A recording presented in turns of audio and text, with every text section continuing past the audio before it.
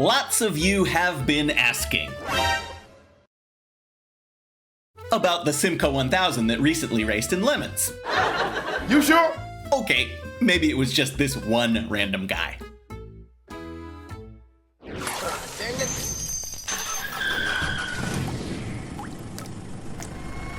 We're sure you've got your Simca history down pat. Who doesn't, right? I don't. Just in case, let's review. Simca is a famous French automaker. I'm going to have to read this. It's an acronym. It is Société Industrielle du Mécanique et de Carrosserie Automobile. What the acronym means in English is bunch of wacky-ass, badge-engineered Fiats with a bunch of leftover crap with some Chrysler thrown in. So that's literal. Yeah, in the 30s, a Fiat executive, actually he was Fiat's official scrap metal dealer, he got promoted to be the head of Fiat operations in France. Fiat had bought a factory there, and Simca was born. Their first products were French-built versions of the Fiat 508 and the Fiat 518. Yeah, now that sounds pure and thoroughbred, right? Aha! But by the 50s, they changed course. Their business model was essentially, we're just going to be bought by, or merge with, or split from every other random-ass automaker we can think of, and the result was a dizzying array of totally inexplicable quasi-French vehicles. For example, a Simca-badged French Ford Vedette. Oh, why not? A full line of Brazilian Simcas. Because of course. And of course, they made one original vehicle in the 50s, the Aronde, which nobody bought and nobody's ever heard of. Actually, it was a fairly popular vehicle, but that's fine. So by the time the 60s rolled around, Chrysler had purchased a chunk of Simca and also the Roots Group out of England to form Chrysler Europe, most of the manufacturing of which was done in the little French town of Poissy. Excuse me?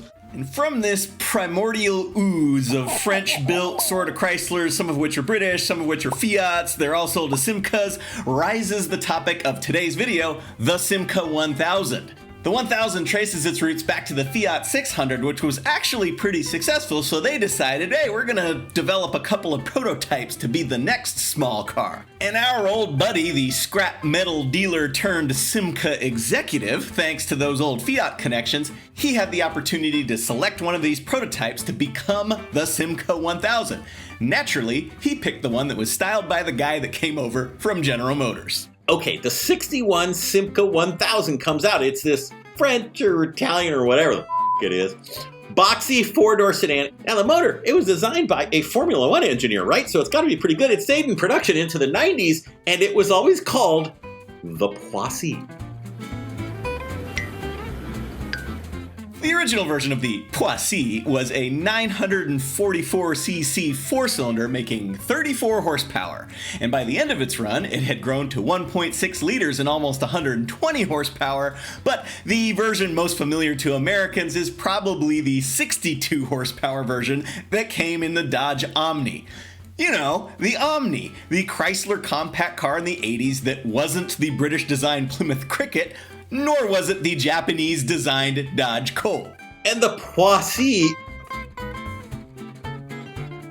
is indeed the engine in the Simca 1000 that we are going to talk about right now, campaigned by Super Happy Fun Club and its famous Captain Soggy. By the way, it's a model year 69, because of course it is, and according to Soggy, the only way to run a Simca is with the Poissy in back. And similarly, Super Happy Fun Club was not Soggy's original name for this team. His original name for the team was this.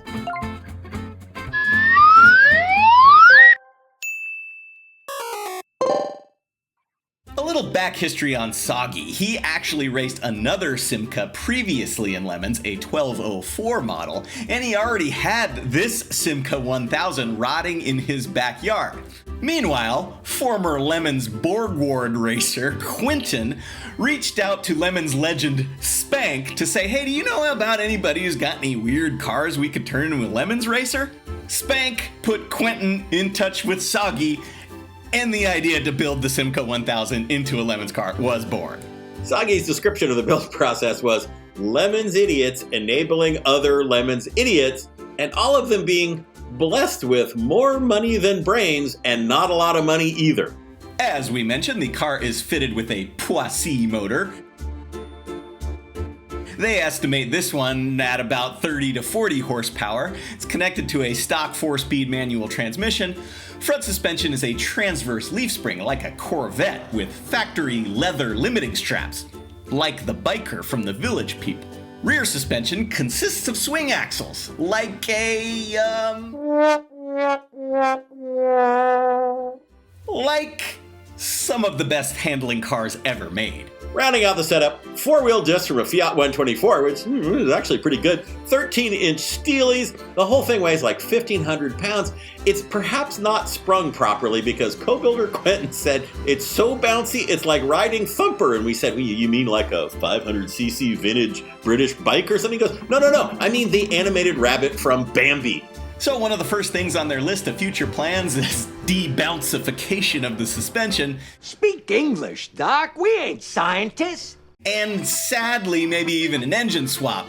As much as he loves the Poissy, Soggy points out that almost literally any different engine will both triple the horsepower and cost less than buying weird-ass Simca replacement parts. The team recently discovered this after they blew a head gasket, removed the head, and discovered a totally random collection of 4 different pistons inside. So there you have it. That's the story of the Lemon Simca 1000. Aren't you glad you asked? No. Every second you don't subscribe or watch one of these videos, another Vega is sent to the crusher. Won't you help us save Classic?